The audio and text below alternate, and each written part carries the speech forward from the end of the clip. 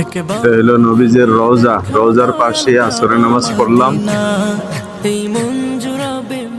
এখানেই নবীজি সাল্লাল্লাহু আলাইহি ওয়াসাল্লাম সমাহিত আছেন রাসূলের রওজায়, এই সবুজ গম্বুজের নিচে।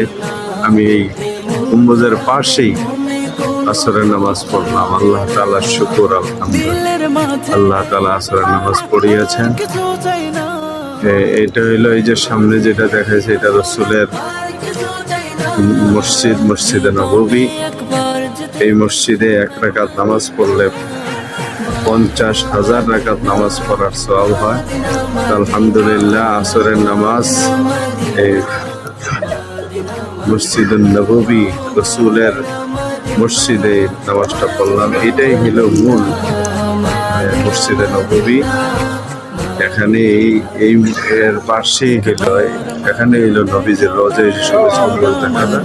এর পাশে আসরের নামাজ পড়লাম। আলহামদুলিল্লাহ। কোনো দুঃখ রবে না, একবার আমাকে দেখাও দয়াল কাবা মদিনা।